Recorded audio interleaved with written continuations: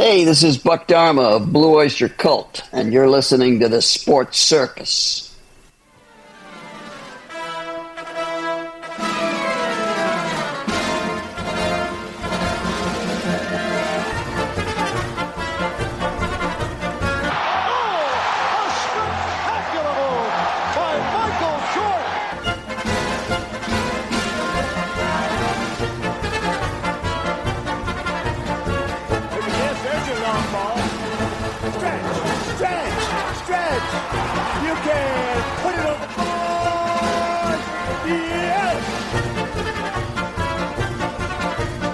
Welcome to the Sports Circus. I'm your Ringmaster Sal, live from Las Vegas in the AMP TV studio, AAMP Television. Today's show is brought to you by UppercutChops.com. Check out their tasty selection of all-natural, dry-aged USDA prime Wagyu steaks and chops. Wait till you taste their best-in-class New York steaks, the filet mignon, and of course the king of all, the cowboy cut and tomahawk cut ribeyes. Those are the best in the business.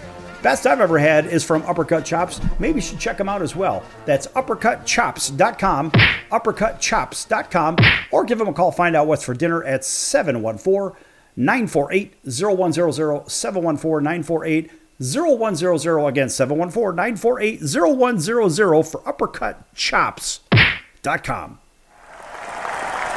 Yes! And by the way, that's my patented yes! So if you're going to use it, make sure you credit me like I credit everybody else if I ever use their stuff. All right, a big welcome in everybody listening in on our CBS, NBC, and Fox Sports affiliates, plus our independents from coast to coast.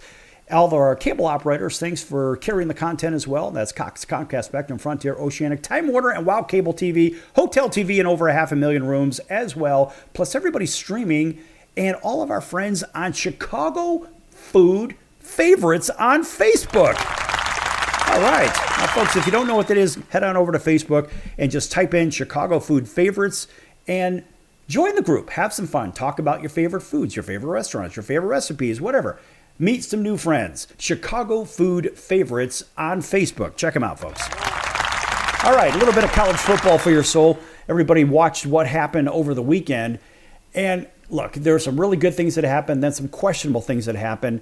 And look, the rankings are what they are, with Oregon atop the college football AP Top 25, and that was all the way from last year, or last week. I wonder what's going to happen for this week. Do you think there's anything out there that says what's happening? Well, I'll tell you what. We can go to the AP Top 25 and we can look and scratch our head and say, wait a minute.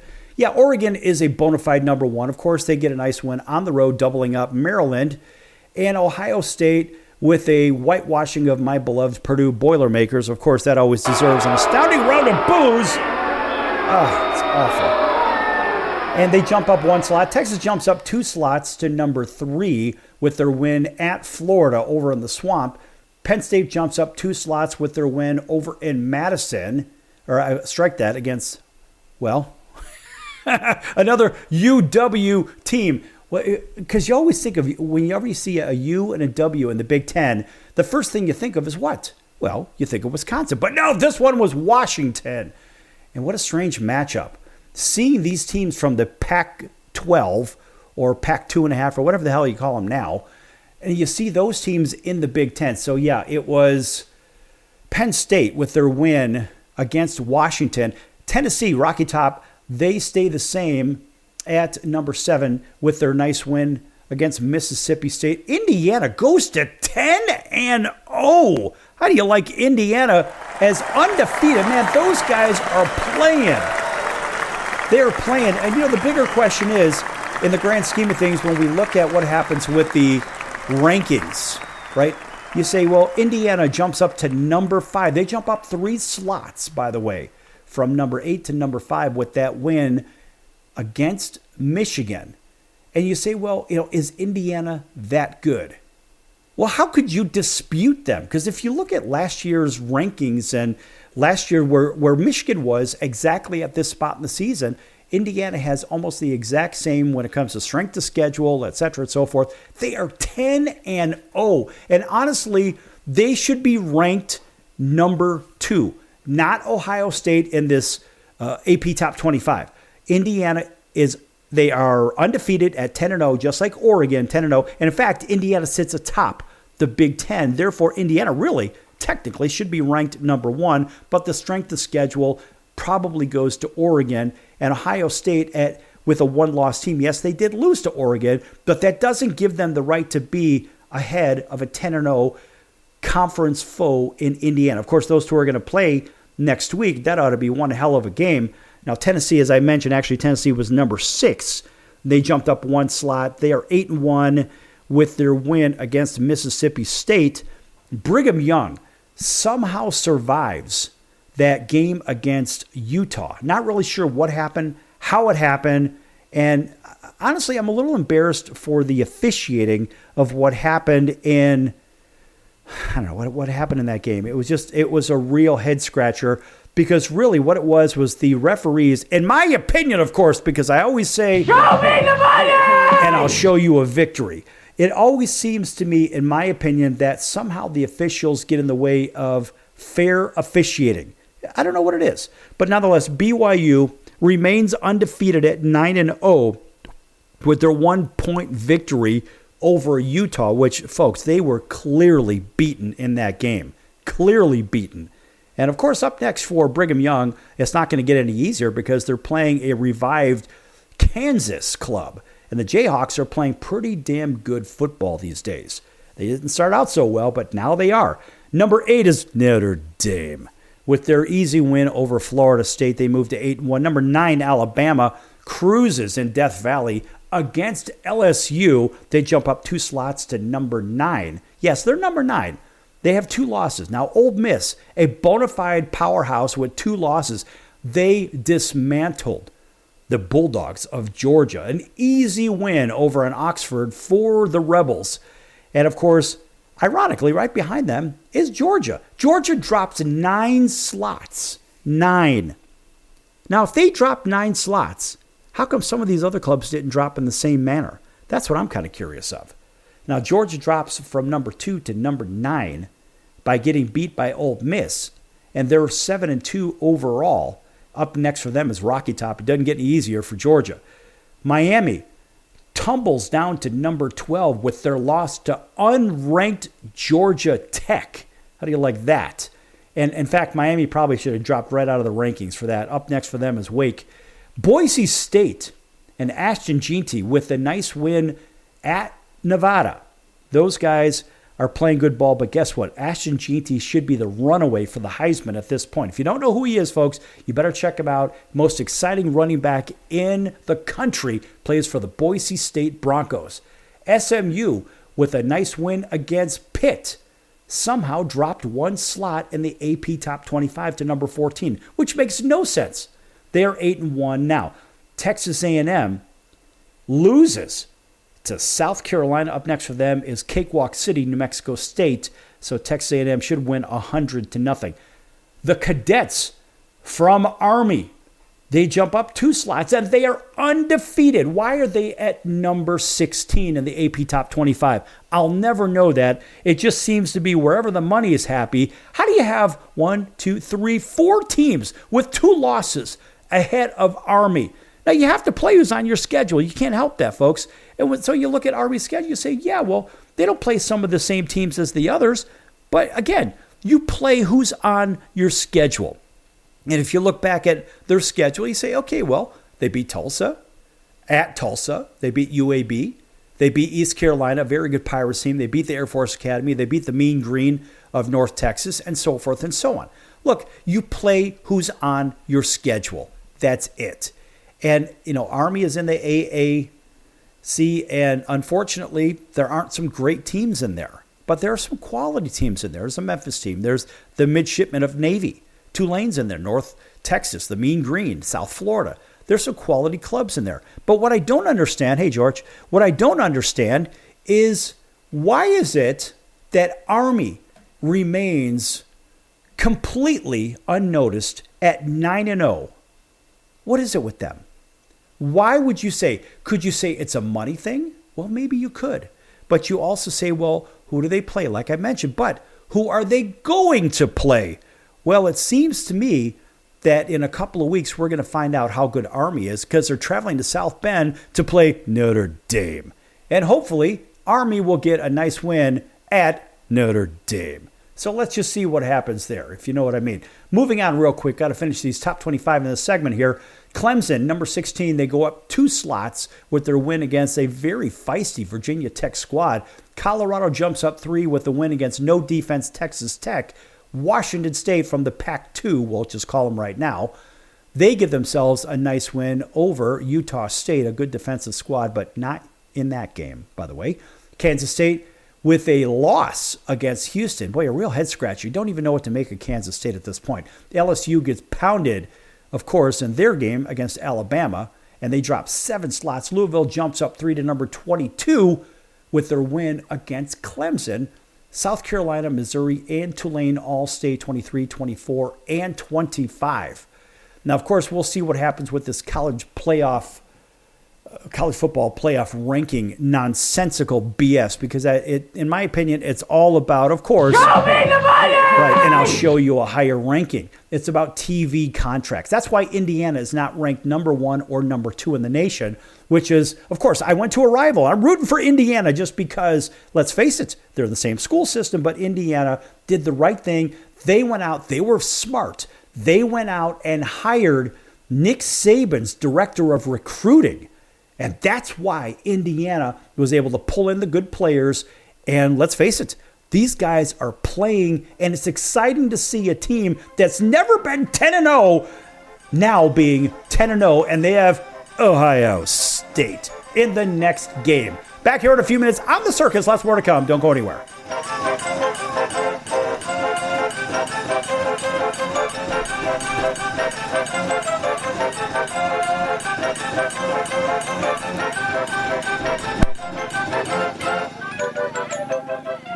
Attention business owners, you and your customers are listening to this right now. Face it, every business needs customers, even yours. The Sports Circus is a primetime nationally syndicated program that's carried on ABC, NBC, CNBC, and Westwood One News affiliates, plus CBS, Fox, and NBC sports affiliates across North America with coverage from Hawaii to New York. Also, the Sports Circus is available to the 180 million subscribers on iHeartRadio, and the Sports Circus gets about 4 million website visitors per month, which could click through your website and bring sales. The Sports Circus provides great content featuring celebrity guests from sports and entertainment to our audience every weekday, which your company could greatly benefit from by increasing your visibility, foot traffic, eyeballs to your website, and calls from potential customers. Call us right now at 714-948-0100. Again, 714-948-0100. Or email us at info@thesportscircus.com. That's info@thesportscircus.com. Drive your sales today by advertising with the Sports Circus. Could you use a little extra money right now? If you'd like to borrow up to $100,000 and get pre-approved in minutes, call the number we'll give you at the end of this commercial. Our lending partners have already loaned millions of dollars to individuals just like you, and we're ready to lend you up to $100,000 if you qualify. Even if your credit is not perfect, you could use the money to pay off high-interest credit cards, for home renovations, or consolidate existing debt. You can get flexible, easy-to-pay terms. The consultation to find out if you qualify is free. To find out if you qualify for our special financing program, call this toll-free number 24 hours a day. 800-335-1376. 800-335-1376. 800-335-1376. That's 800-335-1376. Important terms and conditions apply. Not all applicants will qualify. Loan amount, annual percentage rate, and term will vary depending on creditworthiness. Applying does not guarantee approval. Account approval is subject to verification and confirmation of your credit history and acceptance by a lender. If you choose to apply for a loan through us, a consumer report will be obtained to evaluate your creditworthiness in connection with your application for credit. That's the sound of sizzling, dry-aged USDA Prime Wagyu and Angus steaks from UppercutChops.com. Their best-in-class filet mignons, New York steaks, and the king of all steaks, the tomahawk and cowboy cut ribeyes are the best in the business. Even their Prime Wagyu burgers will likely be the best you've ever had. Browse the full selection of steaks and chops at UppercutChops.com from the comfort of your home or on your mobile device. UppercutChops.com delivers all-natural, dry-aged USDA Prime Wagyu and Angus steaks and chops directly to your door. store without the hassle of going to the grocery store and fight crowds to pick from a small selection of average at best meats with injected steroids, fillers, and coloring added to look good. Find out what's for dinner at uppercutchops.com or call 714-948-0100, 714-948-0100, again, 714-948-0100. or make your selection directly at uppercutchops.com.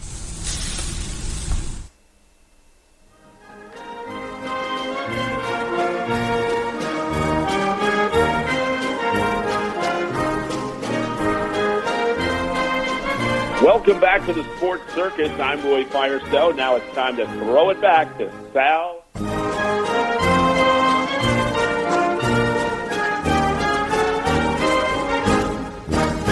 Welcome back to the Sports Circus. I'm your Ringmaster Sal, live from Las Vegas in the AMP TV studio, AAMP Television. This segment brought to you in part by our friends over at the College of Southern Nevada Athletics. Check them out, folks, at csncoyotes.com for upcoming games and events. That's the College of Southern Nevada Athletics, csncoyotes.com. You know, they've been with us since the very beginning, way back in 2016 when we started the show. We're coming up on our 8-year anniversary, which will be on December 3rd, by the way. All right, a big welcome back to everybody listening in on our radio and television affiliates. A big hello to our friends over in Atlanta on WDJY 99.1 FM over in Atlanta, home. That is over in Atlanta. And a big hello to our friends on the Atlanta Braves Radio Network, WAUD in Auburn, Alabama, stretching from Columbus, Georgia, all the way over to Montgomery. And not really sure what's going on with those War Eagle, but you know what? We always try to give them a little word of encouragement. Let's go, Auburn. Let's see what you got going on. Big welcome into our friends over in Honolulu on CBS Sports 1500 KHKA. That's home of the New York Yankees, home of the 49ers, and the Alabama Crimson Tide.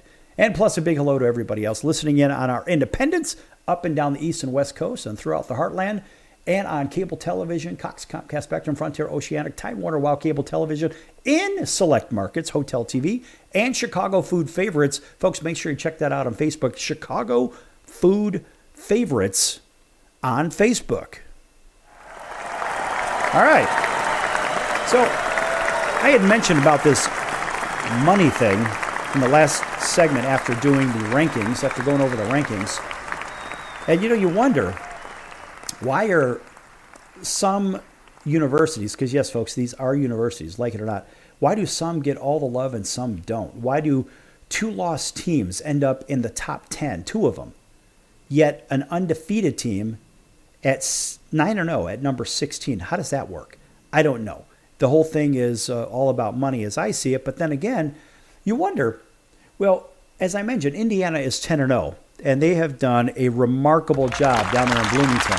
For all of our friends that went to IU, and for me, I call them the pitchforks because their I going through the U actually looks like a pitchfork. Anyway, but those guys are doing a great job. And you wonder, in the Big Ten, the Big Ten has this ridiculous, I guess, reach now from Seattle all the way down to, or better yet, all the way over to New York, the greater New York markets, right? Or from Southern California to New York, right? So they cover the 3 major markets, New York, Chicago, LA.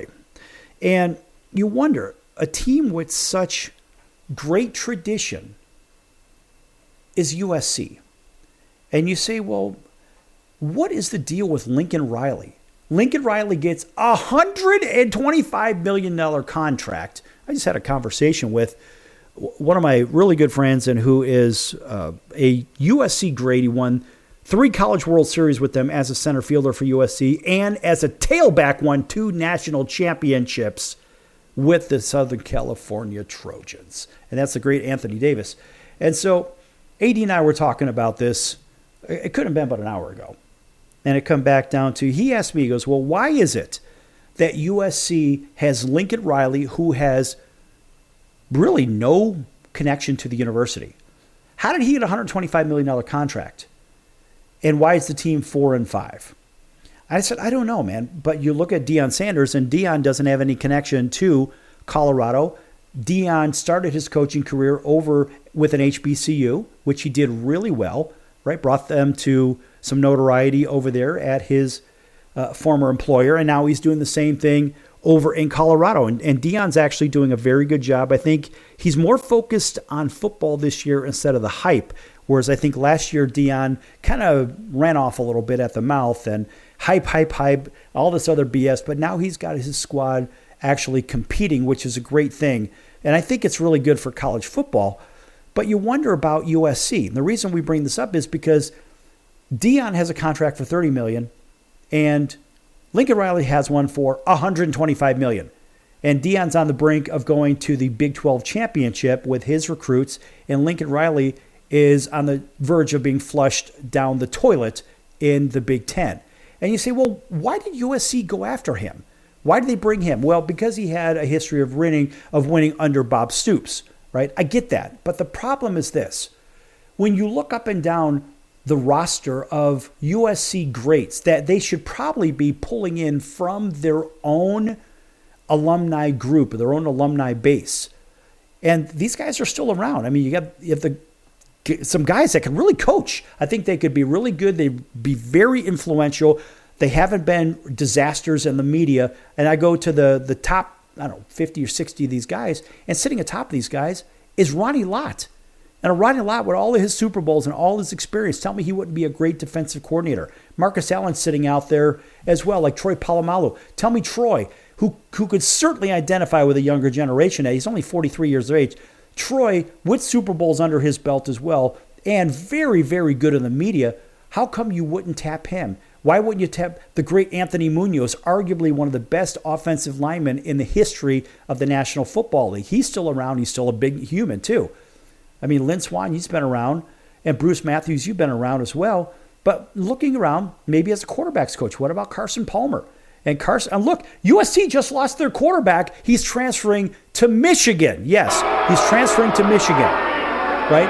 And maybe if they had a better quarterback's coach, they'd be able to teach these guys on how to play the position a little bit better. What about Tony Pacelli, another great player? Charlie White, and on we go. Clay Matthews, a third. Tell me this guy couldn't do anything significant with the USC Trojans. Willie McGinnis, another great guy. I mean, you got Hall of Famers left, right, and center. Keyshawn Johnson's out there. The great AD's out there. And on we go. And so you ask yourself, maybe Jack Del Rio is a good candidate to bring in some good recruits into SC, because Jack Del Rio was a really good coach in the National Football League as well. Ron Yeri, you're a little bit old. I know Ron. Ron's a great guy. But maybe Matt Leinart could do something instead of just commercials on TV. Maybe the university needs to tap into him. I don't know. And you go up and down this list and you scratch your head and say, well, geez, what about Lindale White? What about Robert Woods? I know he's still out there essentially playing, but what about Mark Carrier? Mark Carrier was a great safety. There's so many players that SC could tap, and they just don't seem to be doing it. And so you're stuck with a gigantic contract. Do you walk out of the contract with Lincoln Riley and you go get somebody else? I think Johnny Morton would be one hell of a head coach. And you know what? The media likes him too. And so same thing with Curtis Conway. Everybody from Chicago knows about this guy. Curtis was a great player for the Chicago Bears as well. And the same thing with Mark Carrier.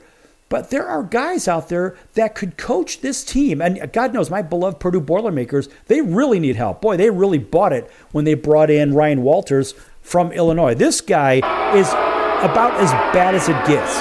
Well, he was a great defensive coordinator for the University of Illinois at Champaign. Yeah, well, guess what? This guy's laying an egg in West Lafayette, and he's bilking, in my opinion, the university millions and millions of dollars. What about some of these guys? There are some great guys out there just in this alone, in this network alone. You scratch your head and say, how many of these guys could be good head coaches? And they have more experience as a player than who? Oh, that's right, than Lincoln Riley. Even John David Booty does as well. And so as you ask yourself about these coaching decisions, you say, let's jump into the NFL now. Just on that moment here, we're going to stick with college, but let's jump to the NFL just for a second. Why is Matt Eberflus the coach of the Chicago Bears? Why? Come on, everybody. Just chime in. That's okay. Everybody on Facebook, if you're streaming on Chicago Food Favorites, go ahead and jump in. Matt Eberflus may be a decent human, but there are guys that are better equipped to run the Chicago Bears. Caleb Williams right now is running around in the backfield for the Chicago Bears, and he's looking like he's a lot less than who he really can be. He's holding the ball a little bit too long, as everybody's just see. If you just watch the Bears play the hapless New England Patriots, the Patriots sacked him 9 times. Caleb Williams is holding the ball too long, and he's not seeing the field. So maybe there's an issue with the quarterback's coach for the Chicago Bears, or maybe it's just an offensive coordinator. Maybe it's the head coach. I don't know. Maybe it's the ownership, for Christ's sakes, because it didn't seem like anybody really likes the ownership with the whole McCaskey regime in the first place, if you know what I mean. Yeah, and I'm right there in line with them. But you ask yourself, how do these college coaches make so much money when they've never even put on a uniform? They've never taken a snap. They've never even been on the field during the game as a player. That's the big question. And so you ask, why is Lincoln Riley in this position? Well, I don't know. How did he get this job? How are these coaches getting their jobs? Is it that they're good number crunchers? They're good analytics guys? What is it? Because analytics will only go so far. I don't care whoever you are, whatever team you play for, whatever sport you play, the analytics will only take you so far because ultimately the game has to be played on the field, period. And you could say, well, yeah, you know, the statistics say you need to do this or whatever. Okay, statistics are the past. What is the probability of something happening, right? That's the difference between statistics and probability. But unfortunately, a lot of these coaches, they simply go by analytics and they don't read their players. And I don't give a damn what sport you're talking about. I mean, especially baseball, that the World Series was managed horribly by both managers, but it was the Dodgers that outlasted the Yankees. But in football, I mean, you got 11 guys out on your team, out on the field at one time, and you got to figure out who's on first and what's on second, because if you got guys that are getting beat left, right, and center by their counterpart, by their mirror, well, what's going to happen? Your quarterback or whatnot, or your receivers or whomever, someone's going to get beat, and your team is going to get bait. We're going to be back here in the circus, and we're going to talk a little bit about Dylan Gabriel when we come back, folks. Don't go anywhere. Lots more to come.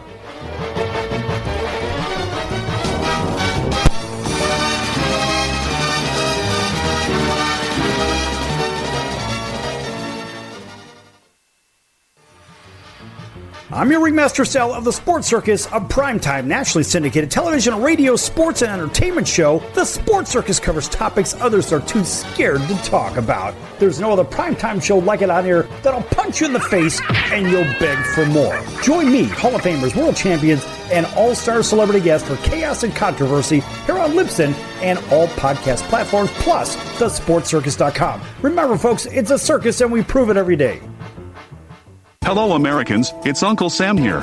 If you owe $10,000 or more in back taxes to the IRS or state, don't worry. I've got important news that may help you negotiate a lower tax bill. In today's economy, the IRS has released a variety of new rules and is offering more flexible terms to help Americans looking to settle their IRS debt. If you apply today, we may be able to lift your wage garnishments and release a freeze on your bank assets or business. Our team of tax professionals can resolve your case and stop collection actions against you. Even if you've been audited or haven't filed a return in years, they can help. Call right now and find out if you qualify to settle your IRS debt for far less than what you owe. Pick up your phone right now and call us for a free $500 IRS tax review. Don't wait. Here's the number. Call right now. 800-950-2049. 800-950-2049. 800-950-2049. For the last time, that's 800-950-2049. Do a search on how to get out of credit card debt, and you'll find everything from crazy promises to ways you can try to do it yourself. Many of those ideas just don't work, and they leave you broker than you were. Here's some advice. Call our debt helpline. In a quick and free 5-minute conversation, our experts will listen to you and learn about how much credit card debt you have, what your goals are, and then show you the right solution to help you get out of credit card debt with one new simple, affordable payment. The credit card companies make available special programs to help if you're struggling. All it takes for you to finally get out of credit card debt is one quick, free phone call. So please call right now. 800-948-6817. 800-948-6817. 800-948-6817. That's 800-948-6817. Paid for by the Debt Helpline.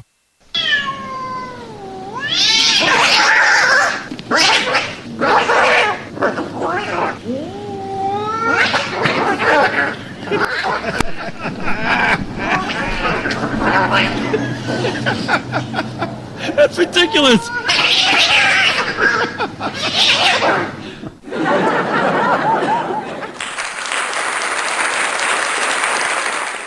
Quiet, numbskulls, I'm broadcasting. Hey everyone, Dave Jackson here, ESPN rules analyst on ESPN Hockey, and you're listening to the Sports Circus.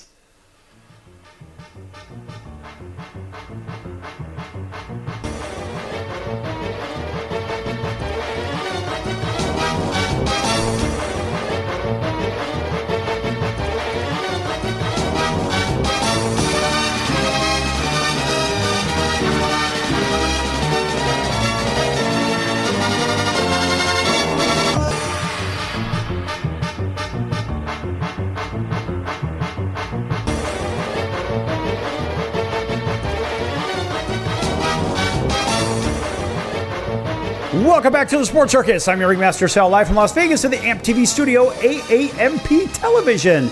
This segment brought to you in part by our friends over at Al's #1 Italian Beef at 1079 West Taylor Street in Chicago's Little Italy. That's Al's #1 Italian Beef, 1079 West Taylor Street in Chicago's Little Italy. Folks, if you haven't been there, or if you don't know, if you're from a different part of the country and you don't know what an Italian beef sandwich is, these are the creators of the Italian beef sandwich. They have been open since 1938, and they're still doing it.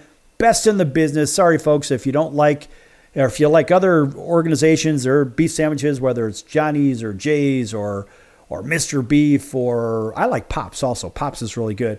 Or Luke's even. Luke's is even down in Phoenix as well. They're also in the Phoenix market. Luke's at Harlem and Belmont.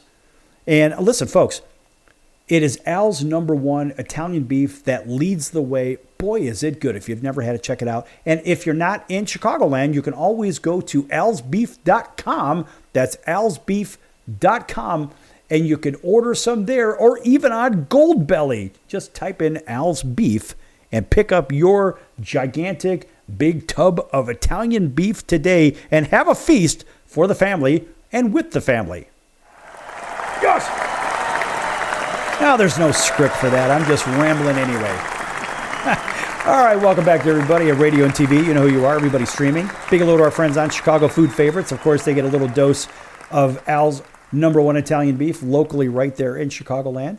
And folks, if you don't know about Chicago Food Favorites, go over to Facebook, check it out, and join. It's fun. I'm the administrator. Have some fun with it.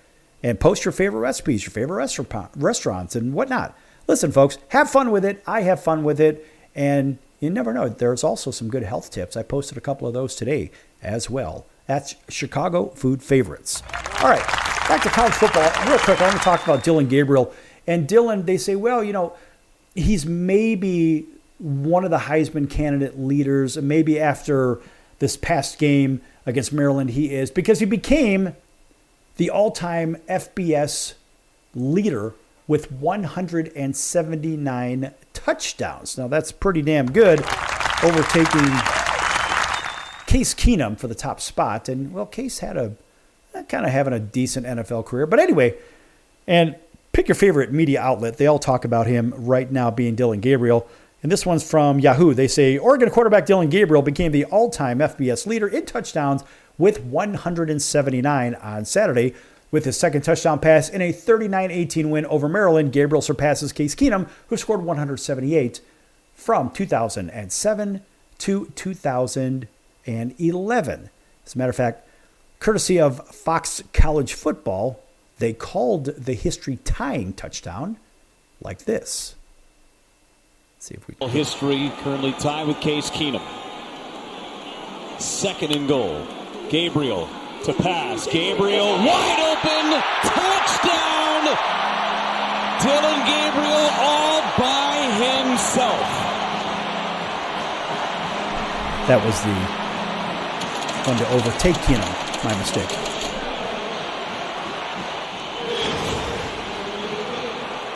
$179 career touchdowns. Keep that football, young man. That was compliments of Fox College Football. Of course, always a nice round of applause for them. As they continue, of course, Gabriel hit offensive lineman Mr. Wilson for a 3-yard score midway through the third quarter to take the top spot. Just before halftime, he tied Keenum on the all-time list with a 9-yard touchdown pass to Terrence Ferguson with 20 seconds remaining in the second quarter. And the Ducks quarterback threw a third touchdown pass, connecting with Evan Stewart on a 17-yard score late in the fourth. Gabriel finished with 183 and 3 touchdowns, and he went 23 of 34 passing, rushed for an additional 28 yards on 4 carries.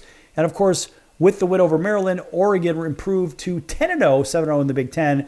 And, of course, well, it is Michigan, better yet, it is Oregon and Indiana that are tied for the top spot. And they give it to Oregon only in the rankings, but alphabetically, of course, it is Indiana. Anyway, I mean, look, Oregon is a quality squad. So we want to talk about this only because Dylan is throwing in a passing era. You think about those quarterbacks from yesteryear, even a guy like Joe Montana, when he played for Notre Dame. Joe Montana was a great quarterback in South Bend, but remember, what did they do? They ran the ball as well. In today's time, this is a pass-heavy and pass-happy league. So you don't really see a lot of passing, better yet, performances that are really, maybe 10, 15 passes, maybe 20 pass attempts at the most. Because normally, back in the day, you would see these games from college football, you would have 30, 40 plus rushing attempts. And they were running out of the I formation instead of having the quarterback in the shotgun all the time, which personally, I think the shotgun is cheating. The first time I ever saw Roger Staubach do that back in the 1970s, and I remember asking my dad, I said, hey, it looks like he's kind of cheating, isn't he? And my dad says, oh, what the hell do you know? I said, I don't know. I'm trying to understand here. I'm just a little kid. But it looked like if the quarterback is not under center and he's basically 3 to 4 yards away, and we'll call it 12 to 15 to 16 feet away from the center, it's like he's getting himself a head start over the defensive linemen and the linebackers and whatnot and everybody that's going to blitz him or whatnot. I just think that is it's just something that shouldn't be in the game. I'd like to see the quarterback under center. I mean, and honestly, having the quarterback under center, you get a different perspective where, let's say the tailback and the fullback, if you have a fullback, because these days you really don't even have a fullback, but let's just say you have a tailback and a fullback out there, right? And the quarterback is under center. Well, you ask yourself, what is the quarterback or what is the offense going to do? Nowadays, when you see somebody in the shotgun, they have a higher probability of doing what? Yes, of throwing the ball, right? So how many defensive backs do you have? How many guys are you going to rush up there? What would the 85 Bears have done to a quarterback that was not under center? And see, that's the interesting part in this discussion, because the 85 Bears was the best single-season defense that the National Football League has ever seen. It was the most intimidating, most ferocious defense, and those guys would eat quarterbacks for lunch and dinner. It wasn't even fair. And that's when, in fact, if you look back to that 85 Bears team, midway during that season, when John Madden was calling the Monday Night Football games or the game of the week, doing some work with Pat Summerall, that's when they started taking the stats of knockdowns, hurries, and stuff like that. I mean, sacks, yeah, that was going on. But the knockdowns and hurries and stuff like that all happened when the Chicago Bears started basically blitzing everybody, stacking that lineup with 9 to 10 guys. We'll call it 9 guys. And hell, there's only 5 guys to block the 9 guys. And of course, what's going to happen? It's going to be a jailbreak on the line unless a quarterback somehow gets a great bump and run from their receiver and that guy can catch it, kind of like Clayton and Duper did against the Bears from Dan Marino. Well, guess what? That was a Super Bowl that should have happened between a rematch between the Bears and Dolphins in 1985 season for this 86 Super Bowl, Super Bowl 20. But my point is, pass. Dylan Gabriel just broke a record in a passing game. So is it a big deal? Yes, it's a big deal. Will he win the Heisman Trophy? Maybe. I believe it's going to be the kid from Boise State, Ashton Jeanty, because he is on a whole different stratosphere. Man, this kid is significant, and he's playing on a above-average team. And again, you play who's on your schedule. But Ashton Jeanty right now, as I see it, is leagues ahead of guys like Dylan Gabriel or the two-way player from Colorado as well. And you can even make that same argument with Jalen Milroe from Alabama. Now, this guy, he is fun to watch. I watched Jalen in that last game, and I have to tell you, Jalen is one of those freak athletes that he just has incredible speed. I mean, breakaway speed. I'm not going to say Bo Jackson kind of speed. I've never seen a guy on the field with breakaway speed like Bo Jackson who could run that 4.2 40 with his pads on. I've never seen that ever. The only other guy that came close to that was Gale Sayers, the great Gale Sayers. But Jalen Milroe just has freakish speed. And this guy's got a big arm too. And you never know what's going to happen down in Alabama. And those guys, of course, they could beat any given team, just like in college football. Look, it was Vanderbilt that beat Alabama. Vanderbilt also beat Kentucky. And then Vanderbilt turns around and lays an egg in a couple of subsequent games. But you scratch your head and say, in college football, any team could beat any team. And you think back to coaching, you think back to recruiting. But that system, it's system, what really runs everything. Now, is Milroe going to be allowed to run wild for the rest of his college career? I would say probably not, because, let's face it, every snap he takes and runs out of his protection, he runs the risk of injury and runs the risk of not being able to play on Sundays for what? Show me the money! For the big money. That's right. So you scratch your head and say, well, how much more is this guy going to run? And I don't really know. But then again, my concern meter is on zero. We're going to be back here with the NFL in just a few minutes on the Sports Circus. Thanks for joining us.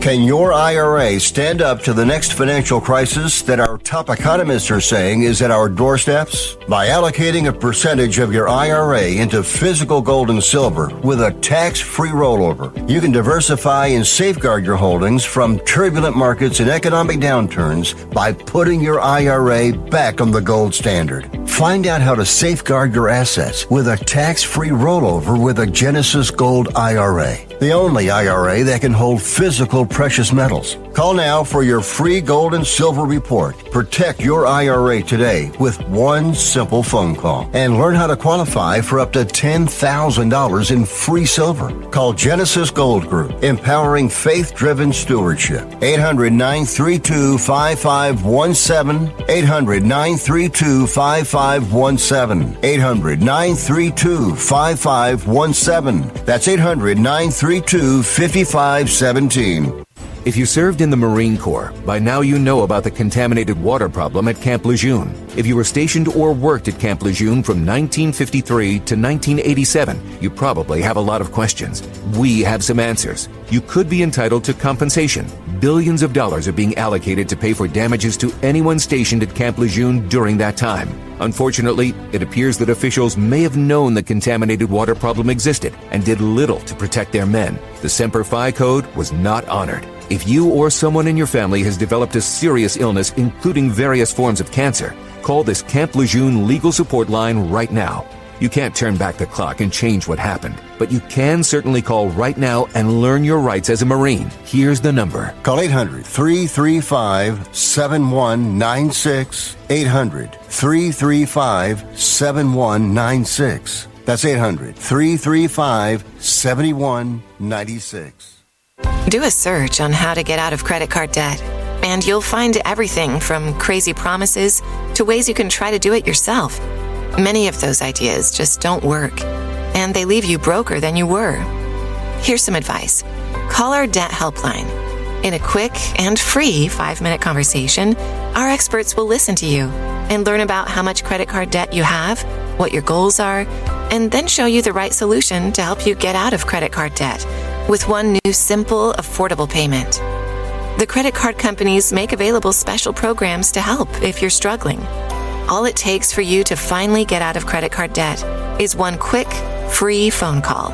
So please call right now. 800-948-6817. 800-948-6817. 800-948-6817. That's 800-948-6817. Paid for by the Debt Helpline.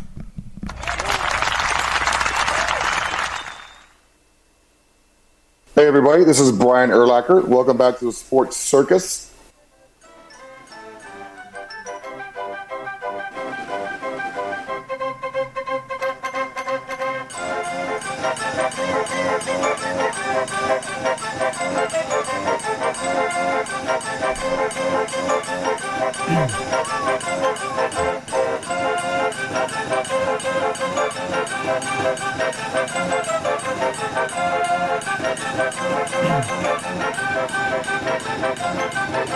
Welcome back to the Sports Circus. I'm your Ringmaster Sal, live from Las Vegas in the AMP TV studio, AAMP television.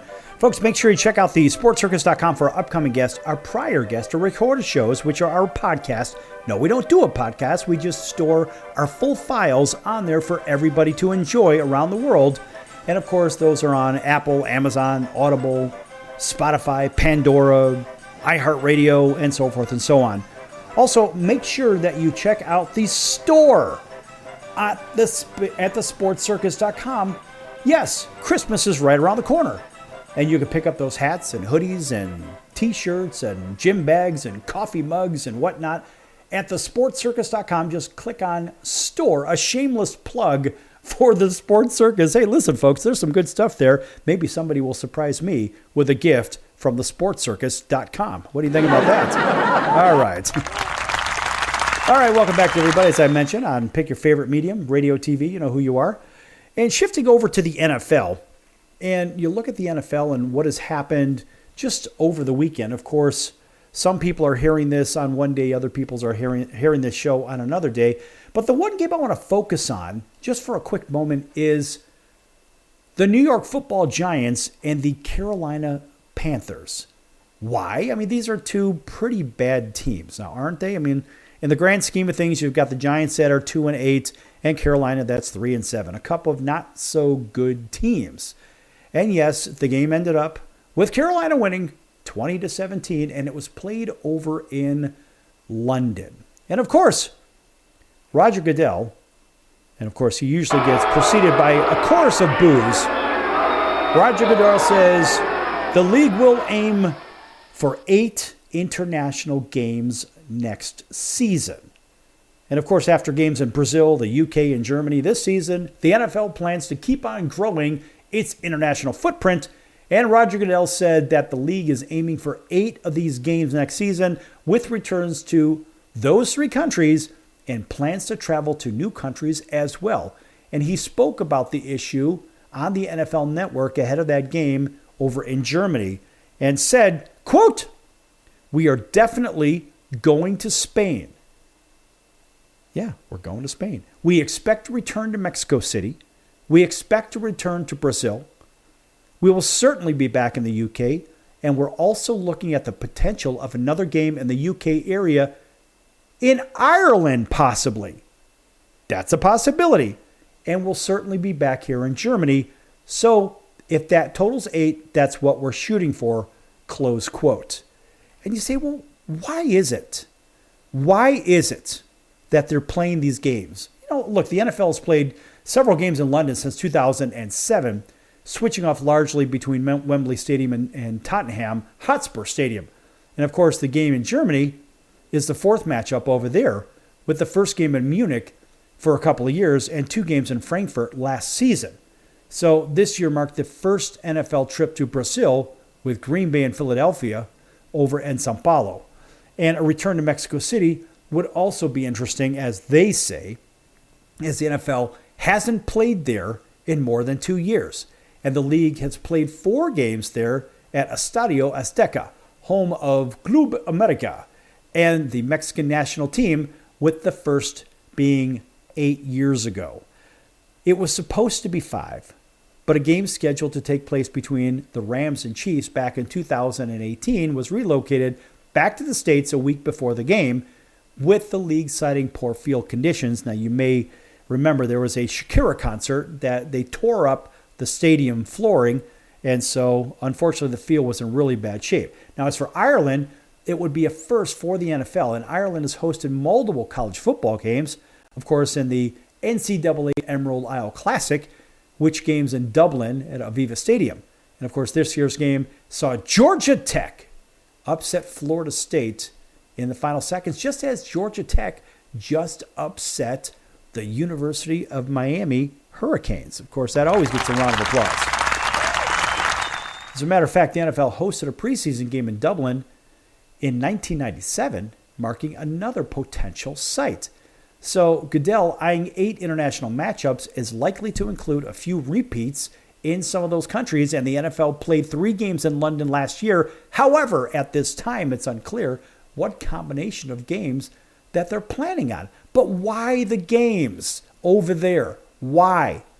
This is the next bigger question. And according to sportspreneur.com,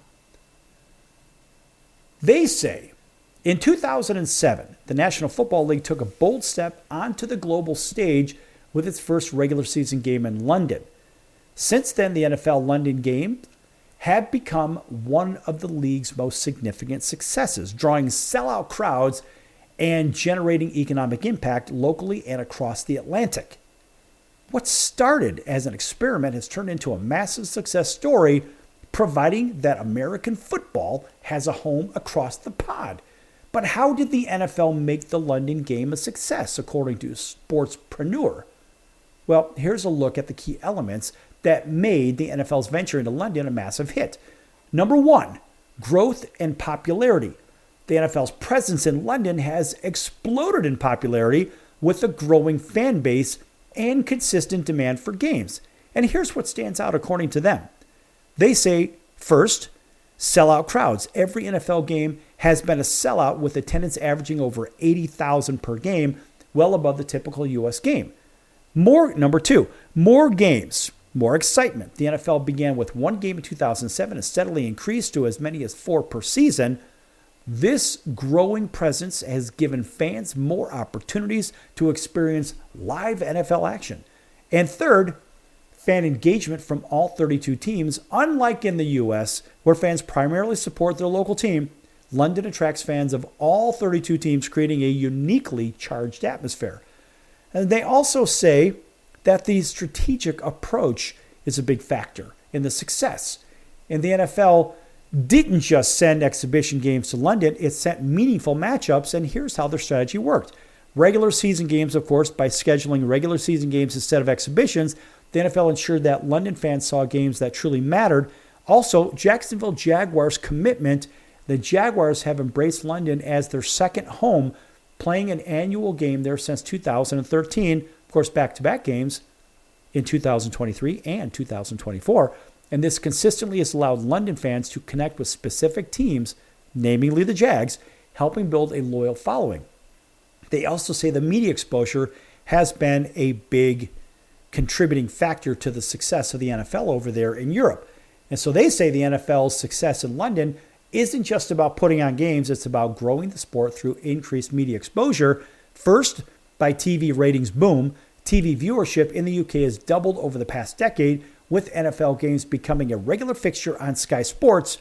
Programs like NFL Red Zone and Game Day mornings have been given UK fans the same in-depth coverage as right here in the United States of America. And they also say social media and content growth is a big factor. With the rise of social platforms, the NFL has created more localized content for UK fans, which has helped drive deeper engagement and grow the sport's visibility. Now, Sportspreneur also says the fan experience and events are huge contributing factors to the NFL's success. And the NFL knew that growing the sport in London required more than just great games. It needed to create an unforgettable experience. So they're using world-class venues. Of course, games are held at iconic stadiums, right? And offering fans an incredible atmosphere and a premier viewing experience. And they also contribute some success in that fan experience to citywide celebrations, something they don't really do over here, but events like the NFL on Regent Street and NFL kickoff at Piccadilly Circus. Hey, careful how you use that circus term, if you know what I mean. Anyway, the Piccadilly Circus, they have integrated games into London's cultural fabric, making game weekend feel like a football festival. So another big factor of the success for the NFL is the youth and grassroots development. Building a sustainable future for the NFL in London means growing the next generation of fans and players, meaning NFL academies. This is one thing they're doing, and the NFL has launched an NFL academy in London for 16 to 18-year-olds designed to develop local football talent and boost grassroots interest in football itself. That would be American football, not their version, which is soccer. This initiative is part of the NFL's long-term vision of embedding itself into the UK's sports landscape. And of course, then again, there's the big economic impact, which always says, "Show me the money!" Right.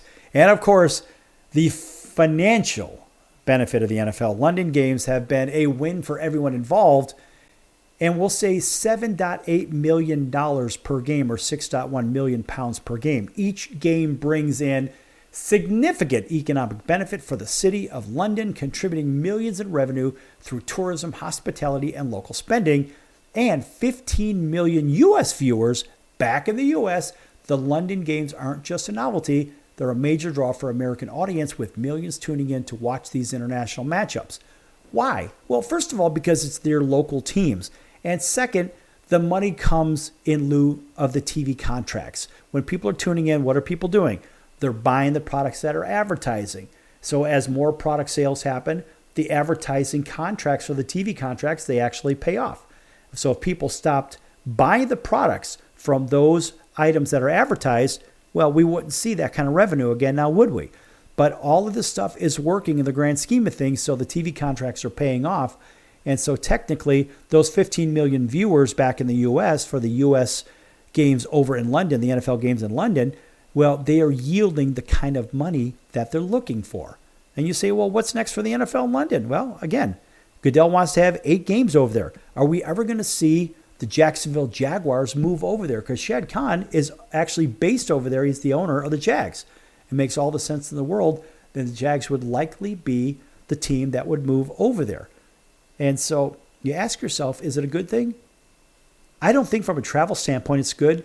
You're going to actually have to have a whole division over there, and so they can play amongst each other and cut down on the travel. We're already seeing the disaster that's happening in college football with the West Coast teams traveling to the East Coast. I mean, look at in the ACC with Cal and Stanford traveling all the way over to the East Coast to play in the Atlantic Coast Conference. It's a long travel day for them, just like for Washington to travel all the way over to Happy Valley to play a game at Penn State. Or maybe it's USC playing a game at Rutgers, or UCLA playing a game, I don't know, against Maryland or something like that. The travel with all the time zone and the differences. Look, there's a big load on the players. And remember, they don't have that much time to prepare for these games, too. And so you wonder maybe why a team like USC is suffering. Well, USC has had to travel across the country a few times now. So this is what happens when money gets involved. Money wrecks sports, folks. I'm sorry to say it, but it is what it is. That's going to do it for the show today. I'm your Ringmaster Sal, and we'll see you in about 23 hours right here on your favorite station. Until then, so long, everyone.